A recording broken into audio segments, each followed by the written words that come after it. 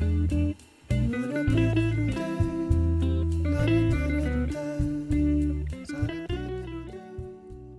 and welcome back to another episode of Mhm. Travel Talk by Trip101. So, in this series, we talk to different area experts and experienced travelers from all across the world, and we get insights about their trips. And with this series, we hope to help travelers plan their vacation to their dream city even more efficiently. My name is Mirja Bhatt, and I'm from Goa, just in India. I love to travel and learn about different cultures, different places, interact with different people, and just enrich my experience about the world. In today's episode, we will be talking about a region filled with natural beauty, a playground to adventurers, which is Patagonia. Our guest for today is Jody, who will tell us all about her travel to this beautiful city and this beautiful area. So please introduce yourself. Oh, hi, everyone. My name's Jody Robbins. I'm based in Calgary, Canada, and I'm a freelance writer, mainly for Canadian magazines and newspapers. That's nice to hear. Can you tell me more about your traveling? How many places have you traveled to? Yeah, that's a good question. I actually, somewhere in my 30s, I stopped counting. I think I hit around 50 countries. And back then, I was a traveling salesperson. I worked for a tech Mhm. company, and my region was Europe. So for 5 years, I was traveling between Canada and Europe every month. And definitely, like, I've been to Paris 18 times, I've been to Norway probably 20. So it was a very concentrated time. And also before that, I taught English in Japan. So I spent 4 years living in Asia. Then I did a classic around the world trek, wanted to do the old Silk Road between Beijing and London and did that overland. Yeah, and then in my mid 30s, had my daughter, knew that I couldn't sustain that kind of traveling lifestyle. So I got into travel writing. I'm not a trained journalist. I learned as I went. I took a course. And yeah, so now I'm a freelance travel writer. I would estimate I'm somewhere between 60 and 80 countries. I think it's a dumb metric. I don't think the number of countries you've been to talks to your skill as a traveler. I think people have been to Luxembourg for a day. Mhm. You could do 18 trips to Luxembourg and know it much better. But yeah, that's where I'm at. I'm Right. always looking for new destinations. And yeah, I still have that wanderlust. That sounds amazing. 60 to 80 is it's envious number, that's for sure. It's somewhere in there. I don't know. Okay, so coming to your travel style, would you say you're a planned traveler or you just go wherever your heart takes you?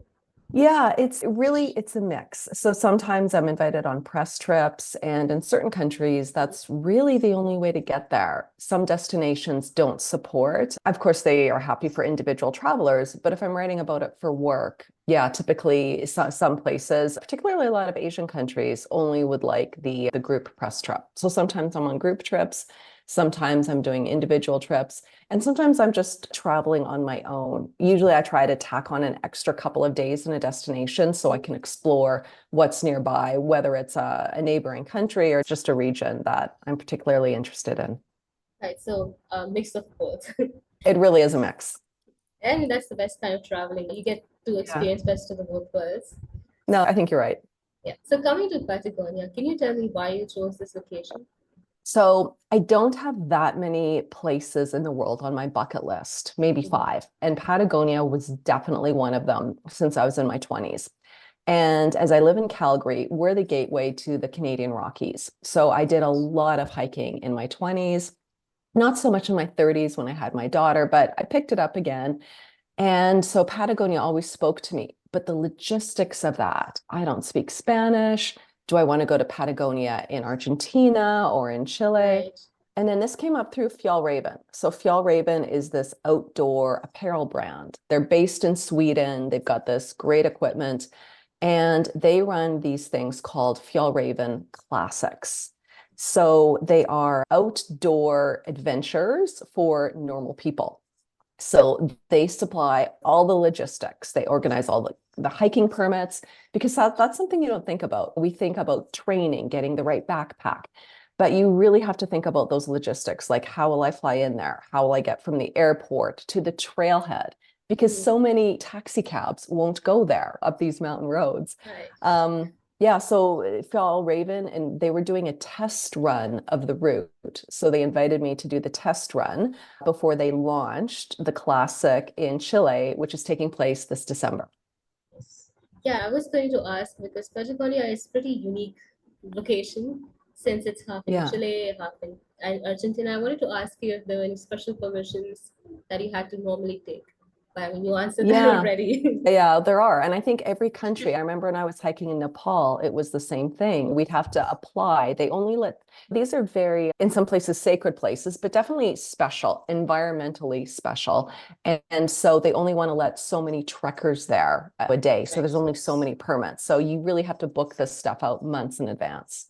Right. And since you mentioned hiking, I wanted to ask you, how did you prepare for this trip exactly? Like, what were the steps you took before? Yeah, that's a great question. And I do think you do need to prepare for these trips. I think of myself as reasonably fit, but hiking fit is a different matter. So as soon as I knew I was going on it, I had about 6 weeks to prepare. So definitely walking everywhere, and not just walking. In my day pack, I put all of these, like you can probably see some massive coffee table books behind me. Those Right. coffee table books went in my backpack. Hand weights went in my backpack. So my backpack weighed about 25 to 30 pounds. And I literally carried that with me everywhere for 6 weeks. I took stairs. Of course, I did a couple of hikes when I could. When most of us work Yep. 9 to 5, it's hard to get that in. But yeah, definitely just having that extra weight on my back. I looked like such a knob walking around with this, but I was happy to do it. And I think it did pay off. A friend of mine did the trek from New York, and she's in New York City, and I think she was on the 17th floor of her apartment building, and suddenly it was stairs all the time, no elevators. So that it's gross, but it's helpful. Yeah, it sounds like a nightmarish content, but I'm glad it helped. Yeah, And it did. yeah, I also wanted to know how was the weather when you went there, and how long did the entire trip take? So our trek, I think it was 5 nights. So I Okay. think when you throw it all in together, you usually stay overnight at some hotel so you can start the trek early in the morning. That's the thing with trekking. You really want to start early and end early because weather typically comes in later in the day. And yeah, so I think 5 nights is a pretty classic experience when you do this W trek, which is the trek I did in Patagonia. Coming to the main attraction of our talk today, can you tell me about your itinerary? What did you do there? The things you saw?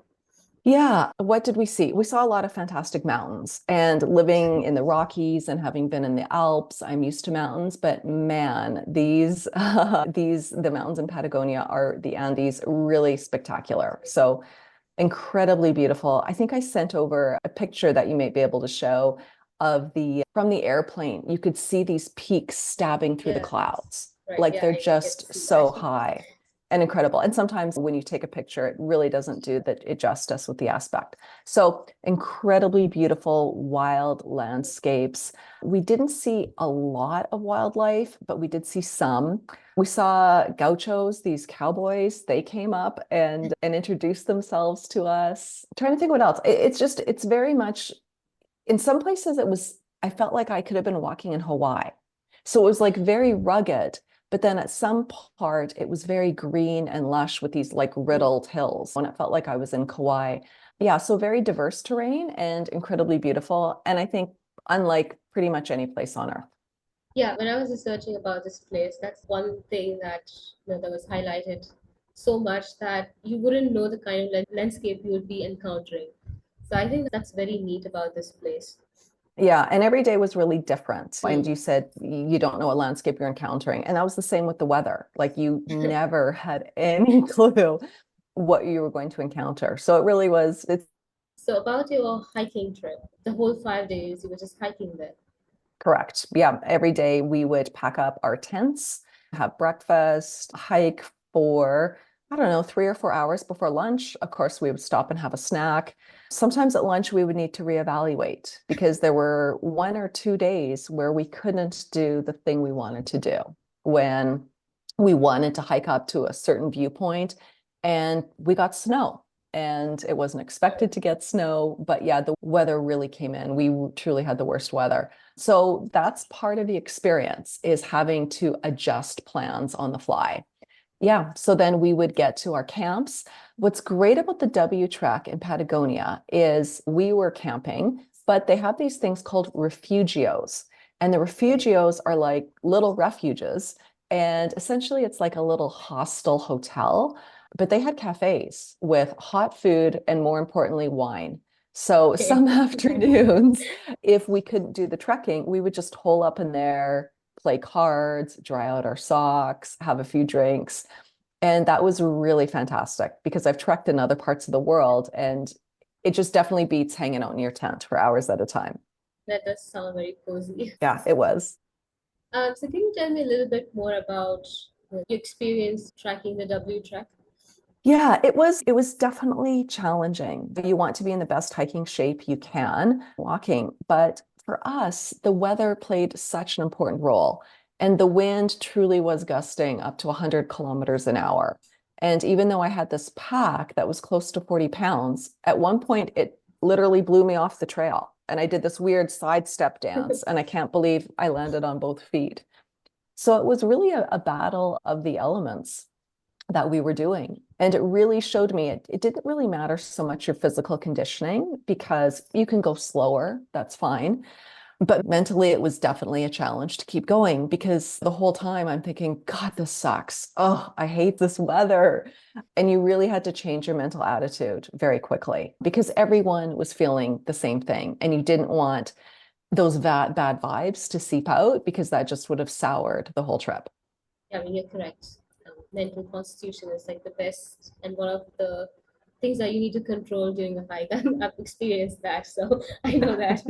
Okay. Can you tell me more about the kind of landscapes you encountered? Because you said that you didn't know what you were going to see the next day. So I think it would be really Yeah, helpful if we have some general idea how to prepare for that. it's definitely a mountainous region, so you can expect you start in rolling hills, you've got some nice lakes, you get the elevation gain, and then you're getting into the alpine. And when you're in the alpine, there's less trees for sure, more rocks, less, there's some wildflowers and some greenery, but it gets less and less the more you climb.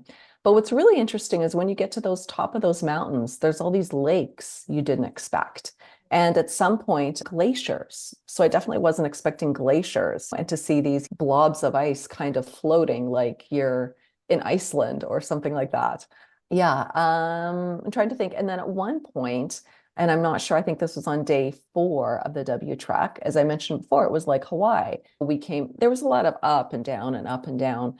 And as we came down, we're in these rolling hills with these deep crevices, and it's just so green. And I thought, man, I could be in Hawaii. So if you like scenery, definitely that's a good place to go. Right. And besides trekking, did you do anything else that maybe saw some local attraction or something like that? Yeah, so it's good always like before, say, going on a cruise ship, similar, you want to arrive a day or two before your trip leaves, because when the trip leaves, and if your flight is delayed, you don't want to miss it, this thing you've been preparing for. So I had a day and a half in Santiago, which is, I believe, the capital of Chile. And I did this great walking tour, and I think it's called Where's Wally? And the Sounds Where's interesting. Wally tour. Yeah, he wears like a shirt like Where's Waldo, all stripes. And it's rated high on TripAdvisor, but it really was great. He's a lovely guy. I saw a lot of the highlights of the city. And yeah, and it's free. Obviously, we tip him at the end, but did that. There's a funicular, like a cable car you can take up for a view of the city. And just like generally walking around, like Santiago's a really nice, compact city. So there's a lot of beautiful things to see. There was a protest when I was there. I think it was government workers wanting higher wages, but it was a very peaceful protest, but it was fun to see what's going on. And of course, Pisco, there's a big debate on where the Pisco sour was invented. Was it invented in Peru? Was it invented in Chile? So there's a few notable restaurants and cocktail bars to try one of those out. So definitely, I would Nice. also recommend doing that. Right. You said you did see some attractions. So do you remember any of those, the names of them?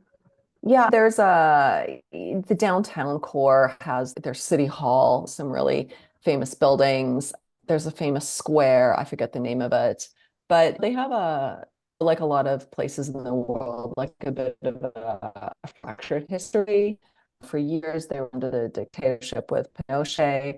Seeing these attractions, some develop, like a lot of them are these old colonial buildings because at certain times things were stalled in their development.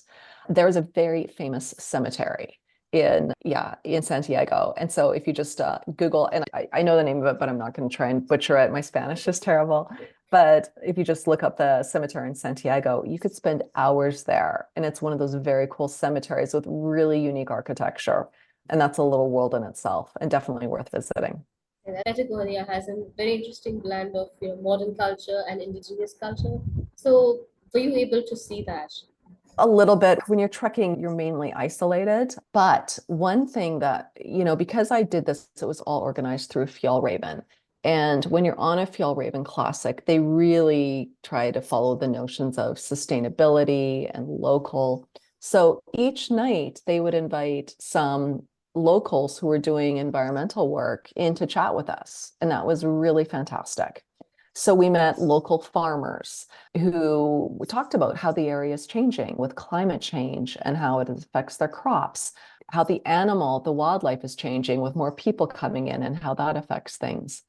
And then we had these cowboys come in and treat us to a typical meal. They had butchered lambs on steaks and putting them over the fire and just seeing their way of life, being able to share a meal with them and talk to them. Yeah, and this is like their land. They live it. I don't think you would get those experiences if you were trekking on your own. But I think if you do something organized, as I did, then those can be offered to you. And that does sound very interesting. So I wanted to ask you that before you went to Borneo, did you have any to-do list that these are the places I wanted to see? Not really. Mhm. In my travels, I have found sometimes when I have those lists to be a bit of a disappointment. I think sometimes when you go to Paris for the first time, you really want to see the Eiffel Tower. And it's cool to see it from afar. You get all excited, but then you actually go to the Eiffel Tower and you're like, oh, okay, this is it. There's literally thousands of people all crammed into this space. And I think that's an issue with over tourism, but it's also an issue with we also have a responsibility with what we share on social media and Instagram.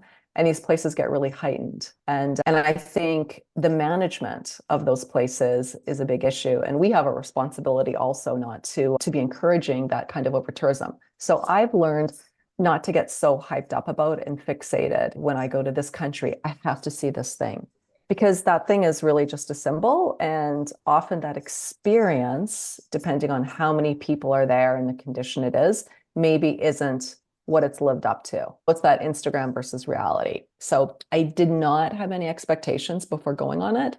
I expected I'd see great views, but I didn't have an expectation exactly of what those spires, like La Torres is what you hike to at the end. And it is this very long 9-kilometer slog uphill. And I didn't really think about it. And I'm glad I didn't, because when I took pictures of it, we had such bad weather, the lake was partially frozen. And one of my friends saw my pictures and she was like, oh, how disappointing. You didn't get the turquoise water and blah, blah, blah. And actually, I was so glad I never thought about it. I didn't really have an expectation of what it would be like. So it didn't matter to me, which was great because nobody wants to climb for 4 hours straight uphill and be all sweaty and gross and you reach the thing and be all disappointed. I wasn't, thankfully. That's a very fresh perspective. I didn't really think about it from this angle, but when you put it like that, yeah, I can see what you mean. Yeah, yeah. So I know while tracking, probably had to walk, and you definitely had to walk. But when you were those extra days in the area, how did you travel? I mean, did you get a cab? Were you just walking, bus maybe? Uber, Uber Mhm. mainly. So that's how we got around Santiago. But to get from Santiago to where we started the trek, we took a plane and it was like a short, maybe it was close to an hour long flight. And that just saved us a lot of days on a bus. So Uber is accessible to tourists Yeah, there. Uber was everywhere. It was very safe. And Santiago's this massive city. So Mhm. I was not keen to navigate the bus system. But yeah, Ubers were fine. So let's talk about your accommodation. During those extra days, in which neighborhood did you exactly stay in? How was the hotel like? Yeah, that's a great question. And it was just your basic Hilton hotel.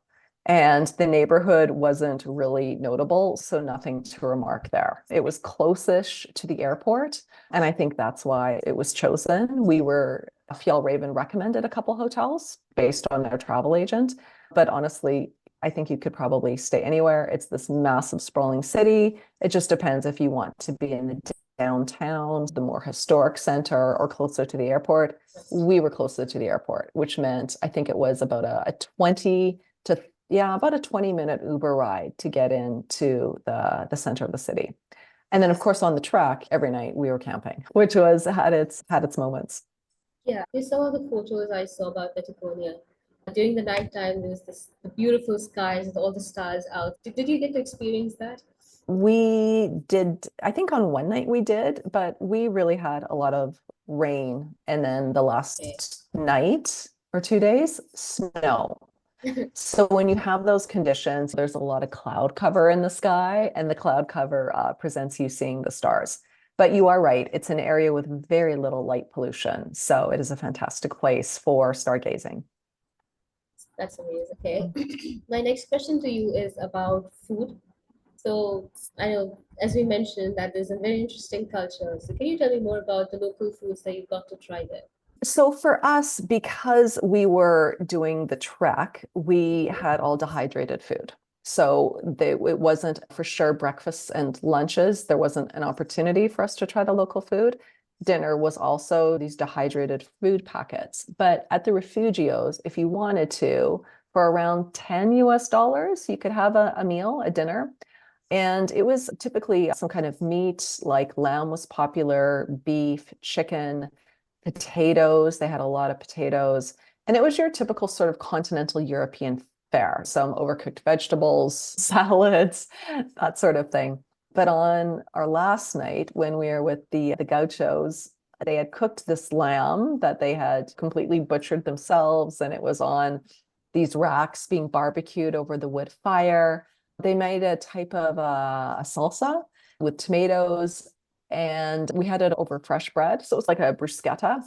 And definitely they've Yummy. got some nice cheeses in the area. Yeah, it was great. It was lovely. So about the refugees, if someone did the same hike that you did, and if they were vegan or vegetarian, if they needed gluten-free options, so do you think those options were easily available there? I don't. You're in a remote area, and sometimes it is you get what you get. Did the supplies come up or not? So I think if you do have any dietary concerns, you would definitely want to have your own supplies. There were always lots of vegetables, so I don't think the vegetables would be a problem, but definitely gluten-free, dairy-free, that I would question that. Yeah, that makes sense. You said that you don't know Spanish. So did you have any problem interacting with the people there, or it was all fine? It was fine because this is such an internationally known trek. The people who were, some at every new campsite, you would have to check in because they had the reservation. So you would give them your passport and your permit. English is a universal language. So they all spoke enough English, and you can mime and do all sorts of things. And same with the refugios. If you wanted to order something, get a drink, yeah, everyone spoke a little bit of English. That was definitely helpful. And it was necessary because a lot of times we didn't have Wi-Fi. So you can't rely on Google Translate or any translation apps. Yeah, Wi-Fi was my next question, but Yeah, remote location, so there's probably no possibility of you're remote, you're Wi-Fi. so remote. And not even that, it was so cold. My phone kept dying. And it's a different power source than I'm used to in North America. And of course, being where you are in South Asia, sometimes those power adapters just weren't working. And for days, I had no phone. So that's just definitely something to keep in mind. If it is cold, you need to be sleeping with your phone and close to your body so it doesn't get that cold and just die. That's great. Again, hiking, so you might have some injuries, maybe some indigestion diseases. So how easily accessible was the healthcare system there?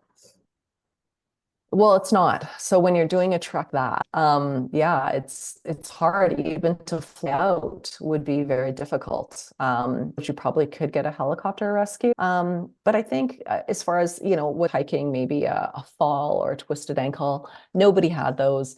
With Fjellraven, they definitely had first aid people with us. Yeah, I think actually they bring specific medics on the trip in case there was an issue. So having that safety net was really fantastic. But fortunately, yeah, no one in our group had any issues that required it beyond, say, a Band-Aid. Right. Coming back to Torres de la Paine, I know you trekked there, but there were any other places you could go to, any other treks that you did In that region? in that region? Yep. Even surrounding Yeah, region will be good. no. I haven't. I've not been trekking in South America before, so it was my first time. But I've done a lot of hiking in Europe and definitely here in the Canadian Rockies.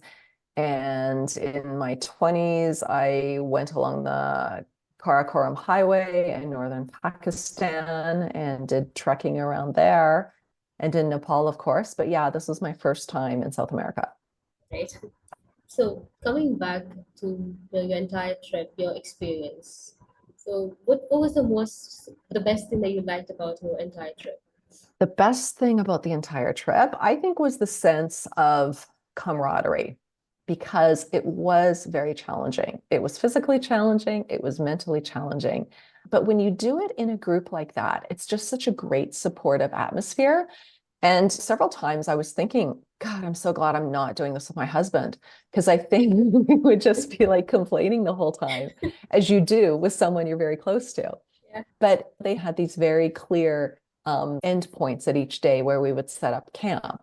And they strung it up with bunting, and they had tents and brownies and coffee and beer in some cases. And whenever somebody made it into camp, everyone was clapping and cheering. And it was just, you don't normally get that on a hiking trip. And that really can help your mood. And it really made me realize why people run races like a 10K race or a marathon. I've never been interested in doing those before, but I got it, that whole sense of accomplishment and community. So I think that sense of community was probably my favorite part of the trek, but I don't think you would get that on your own. I think you would get that by doing it with an organized group. If you had to go back again, not just to trek, but just to be in the area, be in the city, what are the things you do and what are the things you'll change? Yeah, I don't know if I would do that trek again. So it's one of those things. It was like this type of fun. Glad I did it. Probably wouldn't do it again, only because it's demanding. It's definitely a demanding trek. But yeah, it's such a gorgeous area for sure. There's so many lakes. I would definitely like to do another trek in the region, maybe one that wasn't as long. Yeah, and just to explore more of the country, like Chile is so beautiful. The people are so incredibly friendly. So I don't really think it matters much where you go. I think you're going to get great food, beautiful sceneries, and just really lovely people no matter where you go. And let's go more into detail. You said you were there for 5 days and 5 nights, right? Yeah. Okay, so can you tell me what you did on each day, the kind of things you saw on each day? Yeah. Day one, we started our trek, and I'm just going to put on my glasses here. And we started at a place called Mirador Gray, and we hiked to Serrano. And we had lunch at a lake, which was halfway there. And the first 2 hours were great. It was really lovely hiking. And then the weather set in, and it was like just gushing rain. And what was really interesting is it didn't really matter what kind of a jacket you were wearing. When you get that much water, it soaked through, like it soaked through everyone down to our fleece. So it was like that much water. That was a lot. Day two, we went from Serrano to a campsite called Paine Grande. But what happened is, again, there was so much water, part of the trail was flooded out. So after about 20 minutes of walking, in which we got completely soaked, we went to a refugio. And this is where it was great that we were with an organization. So Fjellraven made other plans. So we waited it out for 2 hours to see what would happen. And then we were given the option. Some of us, they arranged for buses, and we could go on to a boat because the boat transported us over to Rio Serrano, or we could hike it. And I think the hiking was going to be around 24 kilometers. And a few people chose to hike it, despite they knew they would get weather, they would get the snow. I did not. I went on the boat, and I'm glad I did. And then we were in Paine Grande National Park. And on day 3 from that park, we were able to hike up to Mirador Gray, which is this gorgeous mountain. It's really a notable viewpoint, and had that. And that day of hiking was actually quite nice. So that was great. And then where did we camp that night? I think it was just within that section of the national park. And then the next day, we hiked to another Mirador Francis. And this was another one where we had to make the call. We hiked for a few hours in the morning, and then we could have left our packs and then done a short but steep 1 to 2 hour hike up to see Mirador Francis, which was this peak and has incredible views. But the rain, and actually it was sleet, so half rain, half snow, was just chucking down. So most of us did not do that, but one of my colleagues did, this wonderful writer. Her name's Annabelle Grossman, and she's actually the editor of The Independent, of the travel section of this UK newspaper. She did it, and she's a real great hiker. And then, sorry, my headset just fell out. We did our final camp. We went to our final campsite at Las Torres, and Las Torres, we were there for 2 nights, and that was great. So on day 4, we hiked there. And then for day 5, that was the day that we went up to the base of Las Torres, which are those 3 mountains, like the 3 spires, the 3 pinnacles that everyone wants to see. And that's the famous part of Patagonia, the famous picture of Patagonia. Yeah. And that's, man, I think it was all close to 1,000 meters of vertical that we did. 3 to 4 hours, felt like it was straight up. It was a 17-kilometer return trip. And then we spent our last night at the same campground. And yeah, that's where we had the interaction with the gauchos and their horses and had that wonderful night. So every day was really something different. In total, it was just under 100 kilometers and just under 3,000 meters of vertical feet that we got up. That sounds lovely, but also a bit challenging. I Yeah, mean, it I definitely can, was. right, I can imagine why you said that feeling of accomplishment that you had. Yeah. Because hiking all these things, all these different peaks, terrains, it would give you some sort of accomplishment. So yeah, I totally get that. Yeah, so as I said before, we were just introducing ourselves, that I came across your article, the one you'd sent, and I really found this incident very funny where you said your curry packet exploded. Yeah. Can you tell me So more that was about that? my, yeah. So she's now become a good friend of mine, and she was my tent mate. And she's a very experienced hiker. And she's lovely because she's very happy to share her advice, but she's not at all a know-it-all. She's very sweet, very sincere, and she would give us tips because she knew more. And one of her tips was, when you have these dehydrated food packets, you pour in the boiling water, and then you have to wait for 10 minutes for it to seep and do the cooking. And so her tip was, yeah, take your packet and just put it inside your jacket, and it will help keep you warm, because we were so cold. And we were like, oh, that's a great idea. So several of us did it. And her packet happened to be Thai green curry.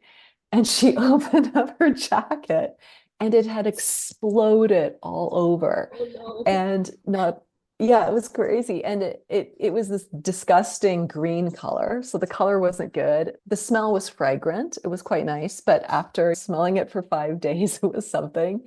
But the worst was that she was wet on the inside. So we were all wet on our exterior jackets. She had placed it between her first jacket and her fleece. So now her fleece was wet, inside, outside of the jacket wet. She tried to wipe it off, water it off. But yeah, that was in our tent for all 5 days. And our tent just smelled like Thai green curry for the duration. It is what it is, right? There's nothing you Yeah. can do. I really like these anecdotes about trips like these, because more than the experience, I think these are the kind of things you take home and then you remember them for the rest of your life. I think that's exactly it. And Yeah. I think there's a difference between our remembering self and our experiencing self. Yes. So our experiencing self is like, yeah, this sucks. This is really terrible. But our remembering self won't remember all those hours you were stuck at the airport. The remembering self just remembers the highlights, which is why we typically remember our birthdays, but you don't remember much of when you were 5 years old, but you remember your 5th birthday. And Yeah. that's the thing I think travelers have to remember, is sometimes the worst travel experiences make the best travel stories in the end, or at Exactly. least a distinct memory. That's so true. Okay, coming to safety tips, I'm sure that after this talk series goes viral, people would want to go and visit this place. So, is there any advice you'd give them, any safety tips that you can think of? Yeah, I think when you're out in nature, whether you're hiking or wildlife viewing, you have to be very careful. And I think we become desensitized to it because we see it on TV, we see it on Instagram, we think we know it, but we don't. It's called the wilderness for a reason. It is very wild, it is very unpredictable. So the most important safety tip is to be prepared. And if you're not prepared, you're going to run into issues. And I see it all the time here where I live in the Canadian Rockies, people hiking in flip-flops, people hiking in runners, in trainers that are not at all equipped, not having enough layers. You definitely need all these things. So if you are not an experienced outdoors person, don't do it on your own. You can do it, but do pay a guide. Go with a guide, go with an organized group, and then you'll be safe. And more importantly, you'll be comfortable and happy. Also, since it's the wilderness, did you have to deal with mosquitoes or wildlife? Because I know the puma is there and you can take a wildlife tour there. So, did you encounter Yes, anything like that? unfortunately, no. So, Okay. yeah, and I live different bears, and in North America, we have the cougar. There, it's the puma, this wildcat, but the wildcat is very elusive there, and I don't think as aggressive, so much more afraid of us than we are of them. That wildcat where I live, the cougar, different story. It's a lot more aggressive. So we didn't. And I think that is another hot tip is when you're in the wilderness, you need to be in a group. It's very safe to do it alone. I don't think there's been any instances of a bear fatality or even an attack in a group of 4 or more people, which is why they are always advising you to hike in groups of 4 people. And that is why, because your risk of an attack just goes so low. That's a great tip. Is there anything that I haven't asked you about that you think is important and you want to talk about?